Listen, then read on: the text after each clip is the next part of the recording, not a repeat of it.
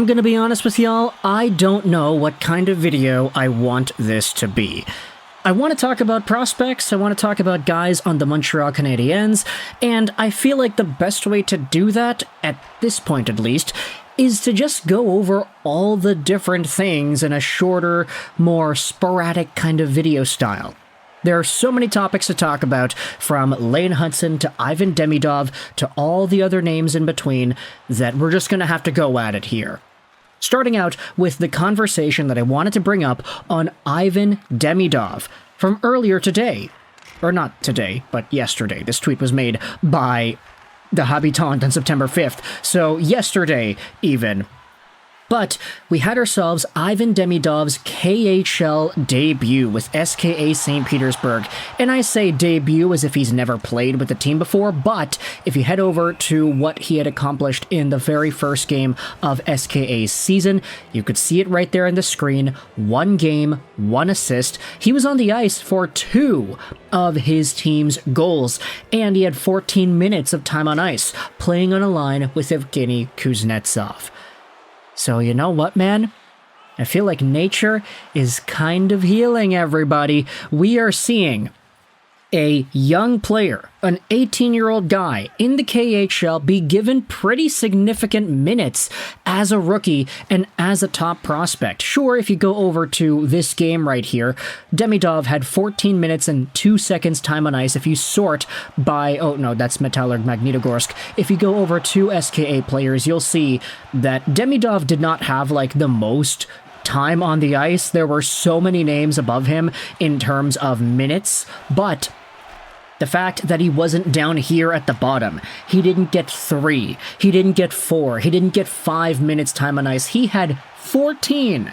If that ends up being the norm here, I think a lot of Canadiens fans are going to be super excited and super satisfied. Even if he never attains the 19, 18, 17-minute mark in some of these games, if he just rounds himself out as a 14, 15-minute guy, then okay, great. And that's not even to discredit the idea that says that Ivan Demidov might just be able to work himself up and give the coaching staff, Roman Rottenberg, more confidence in him, so that by the time the season is over, maybe he is in that 19-ish minute territory for SKA St. Petersburg forwards. Obviously, like, the guys up here, 22, 23 minutes, like, they're defensemen. Nikita Zaitsev is out here. These guys play more because there are fewer D-men who play in a game. But for Ivan Demidov, he is certainly a guy who is given some opportunities here, and I think everybody's going to be excited to see that. Now, if you wanted to talk about the game at hand, the Habitant did tweet this out. 1 primary assist for Demidov, 1 point, 3 shots, 1 hit, 1 takeaway, 14 minutes time on ice. He had the highest average skating speed amongst all players, and he had the highest puck control distance amongst all players despite the limited ice time.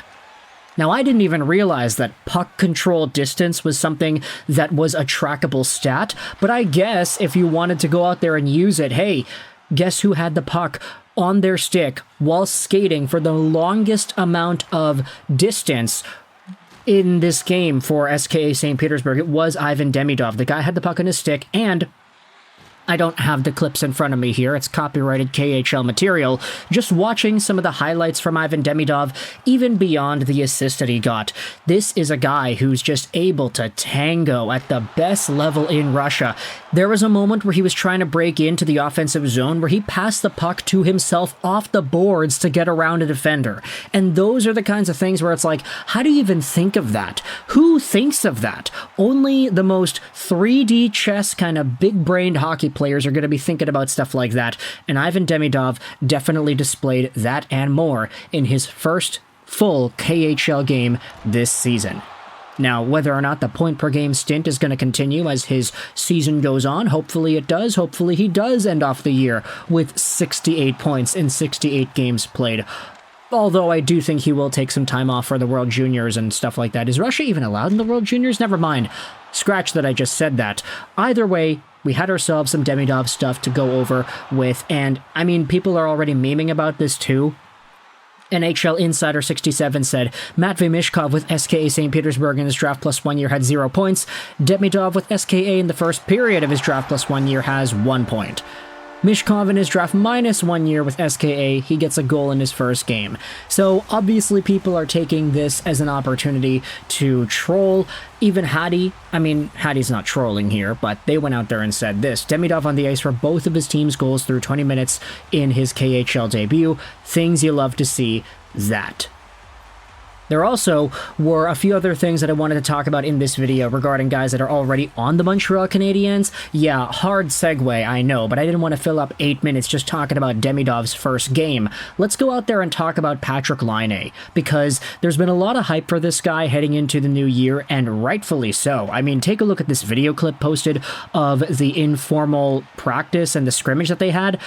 Take a look at that pass, the puck's coming across, and Patty Laine, oh my goodness, the one-time option right there, far side, top corner. The video is, chopped up. I'm just kind of skimming through it here. But when you watch this shot, it is so effortless what Patrik Laine is able to do.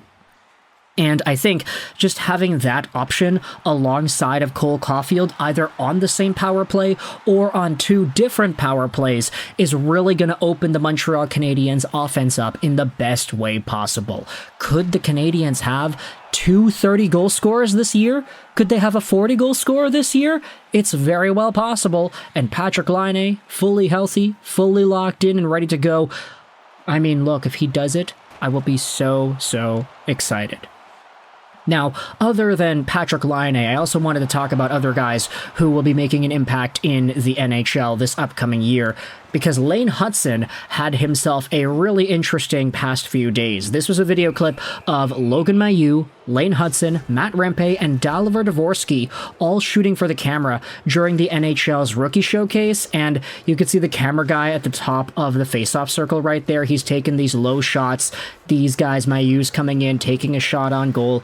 It's pretty interesting. Nice to see the NHL rookies going out there and doing some good marketing.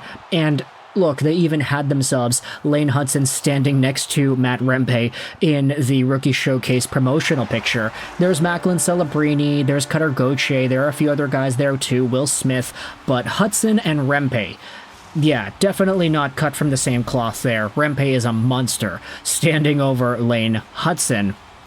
But all NHLPA Rookie Showcase talk aside, I wanted to talk about one of these things regarding Hutson because he actually was included on a list recently. This was published by Scott Wheeler and Harmon Dale on The Athletic yesterday it was, ranking the NHL's top 20 Calder Trophy candidates for 2024-2025. I'll leave a link in the description if you want to go ahead and read this article yourself. The promo tweet says this: our annual Calder Trophy ranking and preview, number 1 Matvei Michkov, number 2 Celebrini, number 3 Logan Stankoven, and then there's 4 to 20 with some honorable mentions thrown in there too.